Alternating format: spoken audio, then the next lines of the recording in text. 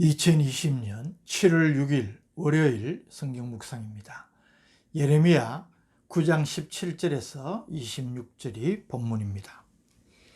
만군의 여호와께서 이와 같이 말씀하시되 너희는 잘 생각해 보고 곡하는 부녀를 불러오며 또 사람을 보내 지혜로운 부녀를 불러오되 그들로 빨리 와서 우리를 위하여 애곡하여 우리의 눈에서 눈물이 떨어지게 하며 우리 눈꺼풀에서 물이 쏟아지게 하라. 이는 시온에서 통곡하는 소리가 들리기를 우리가 아주 망하였구나. 우리가 크게 부끄러움을 당하였구나. 우리가 그 땅을 떠난 것은 그들이 우리 거처를 헐었음이로다 하미로다. 부녀들이여 여호와의 말씀을 들으라. 너희 귀에 그 입의 말씀을 받으라. 너희 딸들에게 애곡하게 하고 각기 이웃에게 슬픈 노래를 가르치라. 무릇 사망이 우리 창문을 통하여 넘어 들어오며 우리 궁실에 들어오며 밖에서는 자녀들을 거리에서는 청년들을 멸절하려 하느니라. 너는 이같이 말하라. 여호와의 말씀에 사람의 시체가 분토같이 덜에 떨어질 것이며 추수하는 자의 뒤에 버려져 거두지 못한 곡식단 같이 되리라 하셨느니라. 여호와께서 이와 같이 말씀하시되 지혜로운 자는 그의 지혜를 자랑하지 말라. 용사는 그의 용맹을 자랑하지 말라. 부자는 그의 부함을 자랑하지 말라. 자랑하는 자는 이것으로 자랑할지니 곧 명철하여 나를 아는 것과 나 여호와는 사랑과 정의와 공의를 땅에 행하는 자인 줄 깨닫는 것이라. 나는 이 일을 기뻐하노라. 여호와의 말씀이니라. 여호와의 말씀이니라. 보라, 날이 이르면 할례받은 자와 할례받지 못한 자를 내가 다 벌하리니 곧 애굽과 유다와 에돔과 암몬 자손과 모압과 및 광야에 살면서 살적을 깎은 자들에게라. 무릇 모든 민족은 할례를 받지 못하였고 이스라엘은 마음의 할례를 받지 못하였느니라 하셨느니라. 아멘. 예레미야 선지자와 하나님과의 문답 대화 형식으로 유다가 우상 숭배의 죄악으로 인해서 하나님의 심판을 받아 황폐하게 될 것을 예언한 압달락에 이어서 오늘 본문은 하나님께서 예레미야 선지자에게 유다 백성을 향하여서 애곡할 것을 촉구하라는 명령을 주시는 내용입니다. 17절 만군의 여호와께서 이와 같이 말씀하시되 너희는 잘 생각해보고 곡하는 부녀를 불러오며 또 사람을 보내 지혜로운 부녀를 불러오되 18절 그들로 빨리 와서 우리를 위하여 애곡하여 우리의 눈에서 눈물이 떨어지게 하며 우리 눈꺼풀에서 물이 쏟아지게 하라. 너희는 잘 생각해 보라. 깊이 생각하라는 것입니다. 그만큼 내용의 심각성을 보여주는 말입니다. 곡하는 부녀는 상을 당한 가족의 슬픔을 더 진지하게 나타내기 위해서 전문적으로 곡을 해주는 사람을 말합니다. 그들을 빨리 초대해서 애곡하여 우리 눈에서 눈물이 나도록 하라는 것입니다. 하나님의 진노의 심판을 눈앞에 두고 있으면서도 전혀 슬픔도 느끼지 못하고 두려움을 모르는 유다 백성들에게 억지로나마 슬픔의 눈물을 흘리도록 만들라는 하나님의 명령입니다. 그 이유를 19절이 보여줍니다. 19절 이는 시온에서 통곡하는 소리가 들리기를 우리가 아주 망하였구나. 우리가 크게 부끄러움을 당하였구나. 우리가 그 땅을 떠난 것은 그들이 우리 거처를 헐었음이로다 하미로다. 이 말은 하나님의 심판이 실제로 임했을 때에 유다 백성들의 입에서 터져나올 회한의 탄식을 미리 묘사한 것입니다. 20절에 다시 부녀들이여 여호와의 말씀을 들으라. 너희 귀에 그 입의 말씀을 받으라. 너희 딸들에게 애곡하게 하고 각기 이웃에게 슬픈 노래를 가르치라. 여기 부녀들은 18절에 곡하는 부녀를 가리키는 것입니다. 너희들이 형식적으로 곡하는 것으로 그치지 말고 유다 모든 백성들에게 애가를 가르쳐서 부르게 하라는 것입니다. 이것은 임박한 하나님의 심판 앞에서도 슬퍼할 줄도 애통할 줄도 모르는 유다의 완악함을 지적한 말씀이라고 보입니다.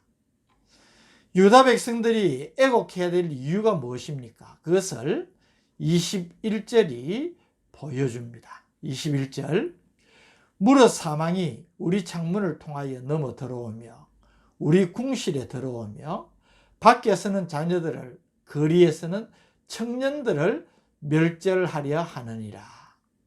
이 말씀을 보면 하나님의 심판을 사망으로 의인화시켜서 사방 천지에서 죽음의 그림자가 스물스물 스며드는데도 유다 백성들은 그것을 느끼지도 못하고 느끼지 못하기 때문에 애통하는 마음을 갖지 않는 완악함을 이렇게 묘사를 한 것입니다. 22절은 바벨론 군대의 추풍낙엽처럼 살육당할 유다 백성의 처참한 상황을 묘사하는 말씀입니다. 너는 이같이 말하라. 여호와의 말씀에 사람의 시체가 분토같이 덜에 떨어질 것이며 추수하는 자의 뒤에 버려져 거두지 못한 곡식당같이 되리라 하셨느니라. 23절 24절은 일종의 삽입 구절입니다. 갑자기 세상의 지혜나 용맹 그리고 부를 자랑하지 말라는 교훈을 주고 있습니다. 여기에 이 내용이 삽입된 것은 지금 현재 유다 백성들이 자신들의 지혜, 어떤 용맹함, 자신들이 그나마 갖고 있는 부를 의지하면서 하나님의 뜻을 무시하고 도리어 하나님께서 기뻐하시지 않는 일들을 자행하고 있는 상황을 염두에 두고 이 말씀을 하시는 것입니다. 23절, 여호와께서 이와 같이 말씀하시되 지혜로운 자는 그의 지혜를 자랑하지 말라. 용사는 그의 용맹을 자랑하지 말라. 부자는 그의 부함을 자랑하지 말라. 인간의 어떠한 지혜도 아무리 사람이 용맹스러워도 또 사람이 가진 부함이 크고 풍성하다 할지라도 그것은 결코 자랑할 것이 못 된다는 것입니다. 자랑할 것이 못 된다는 것은 그것을 의지할 것이 못 된다는 것입니다. 인간이 아무리 똑똑하다고 하나님의 심판을 어떻게 피할 수 있겠습니까? 인간이 아무리 용맹하다고 해도 하나님께서 심판의 도구로 사용하시는 북방의 강한 바벨론을 어떻게 당해내겠습니까? 저들이 아무리 부하다고 해도 하나님의 심판의 날이 임할 때에는 그 자신들이 가진 부가 아무것도 아니고 다 빼앗기게 될 것을 말하는 것입니다. 그래서 이것을 자랑하지 말라고 저들에게 권면하면서 그들이 진정으로 귀하게 여기고 자랑해야 될 것은 하나님을 알고 하나님의 사랑과 정의와 공의를 이 땅에서 순종함으로 행하는 것임을 분명하게 24절 말씀으로 가르치는 것입니다. 24절, 자랑하는 자는 이것으로 자랑할지니 곧 명철하여 나를 아는 것과 나 여호와는 사랑과 정의와 공의를 땅에 행하는 자인 줄 깨닫는 것이라. 나는 이 일을 기뻐하노라. 여호와의 말씀이니라. 정말 우리가 자랑스럽게 생각하고 의지해야 될 것이 무엇인지를 우리에게 깨우쳐 주는 것입니다. 25절 26절은 세상 모든 나라 모든 사람이 다 하나님의 심판의 대상임을 분명하게 밝히고 있습니다. 25절 여호와의 말씀이니라. 보라, 날이 이르면 할례받은 자와 할례받지 못한 자를 내가 다 벌하리니. 여기 날이 이르면 이 날은 여호와의 날인데 심판의 날을 의미합니다. 여기서는 바벨론이 팔레스타인과 그 주변 국가를 정복하는 전쟁을 개시하는 때를 가리키는 것입니다. 또 여기 할례받은 자는 이스라엘을, 할례받지 못한 자는 이방인을 가리킵니다. 즉 하나님은 때가 되면 할례를 받아 하나님의 백성이라는 표징을 가진 이스라엘이나 할례를 받지 않은 이방인이나 다 심판을 하시겠다는 선언인 것입니다. 26절 곧 애굽과 유다와 에돔과 암몬 자손과 모압과 및 광야에 살면서 살적을 깎은 자들에게라.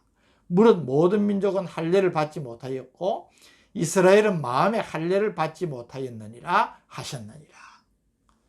여기 나타나는 애굽, 에돔, 암몬, 모압 및 광야에 살면서 살적을 깎은 자들이란 당대에 이 이스라엘 백성 외에도 일부 족속들도 이스라엘 백성의 할례와는 다르지만 외형적으로 보면 비슷하게 피부의 일부를 떼는 관습을 가졌던 것으로 보입니다. 그러나 비슷하지만 하나님의 뜻과는 무관한 것이니까 할례받지 못한 것으로 간주하는 것입니다.